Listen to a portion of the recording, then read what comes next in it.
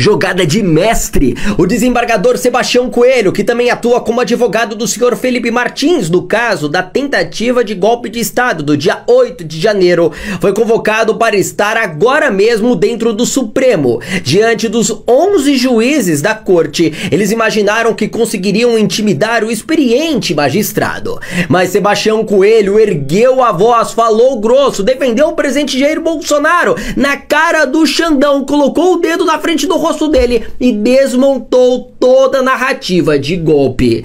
É claro que tudo isso foi transmitido ao vivo. A Globo não teve saída e foi obrigada a mostrar a verdade pro povo brasileiro. AB 2552.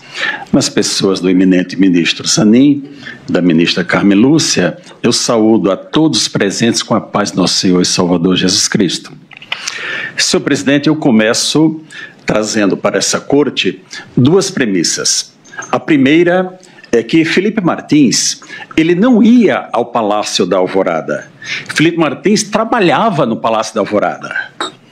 Todos sabemos que ele era assessor internacional do presidente da República, trabalhando no Palácio do Planalto. Mas que a partir de 30 de outubro de 2022, o presidente passou a despachar no Palácio da Alvorada. E lá era o local de trabalho de Felipe Martins. Portanto, as suas idas ao Palácio da Alvorada não podem causar perplexidade para absolutamente ninguém.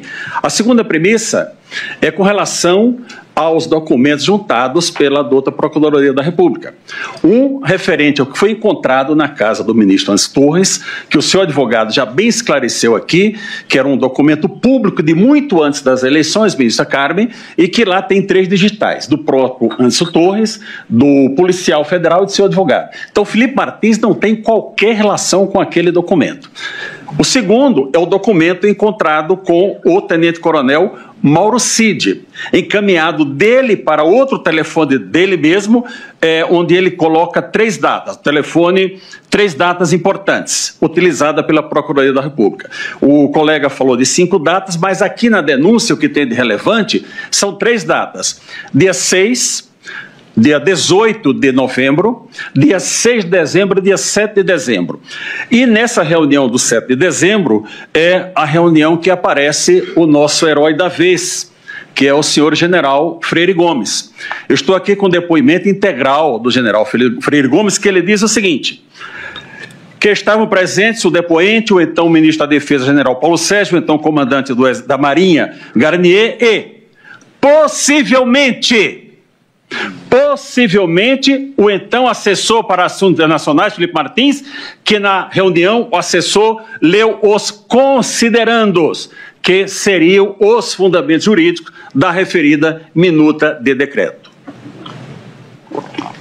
Prossegue o delegado. Neste momento foi apresentado ao declarante, ao general, o documento indicado no material apreendido em poder do investigado Mauro Cid, que decretava no final o estado de sítio e ato contínuo a operação da lei e da ordem, e transcreve integralmente aquele documento tido, senhor ministro, foi como a minuta de golpe.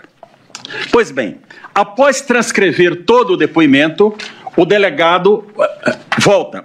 Indagado e apresentado neste momento ao depoente, que foi apresentado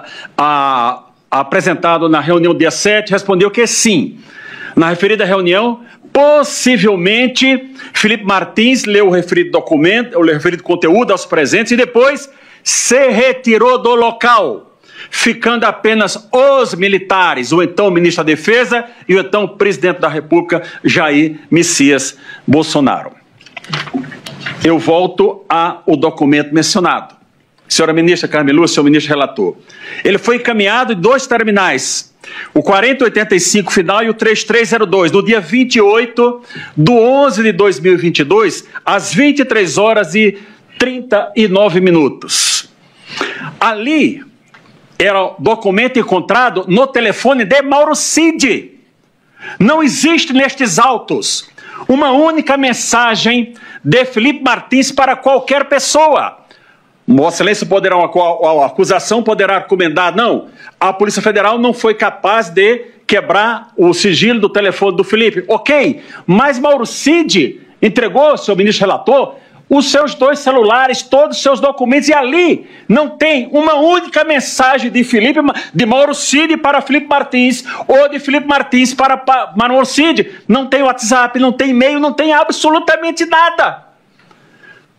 Mauro Cid foi ouvido 9 vezes, que está nos autos, foi citado pelo ministro Fux, mas foram 11.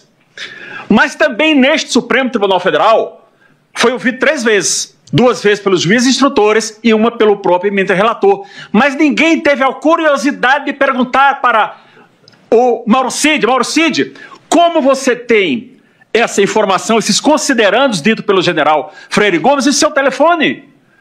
De onde você retirou esses considerandos? Prossegue o delegado, agora já num depoimento de 28 de agosto de 2023, o delegado diz o seguinte: Coronel Mauro Cid, só para a gente retomar um pouco, possível golpe de Estado. Há algum elemento material? Ele responde não. Em relação a Felipe Martins, para corroborar, o senhor tem prova do que apresenta para corroborar as informações? Tem algum elemento? Não. Especialmente em relação ao Felipe Martins, esse jurista? Não. O delegado, ok, tá. É essa que é a situação. Veja, Vossa Excelências, que Felipe Martins estava incluído num núcleo chamado jurídico, que tinha lá o padre José Eduardo e o advogado Amaury Saad. E eles não foram denunciados, detalhe, Felipe Martins não é advogado. Felipe Martins é formado em relações internacionais e era do núcleo jurídico, mas os outros não foram denunciados e ele foi denunciado.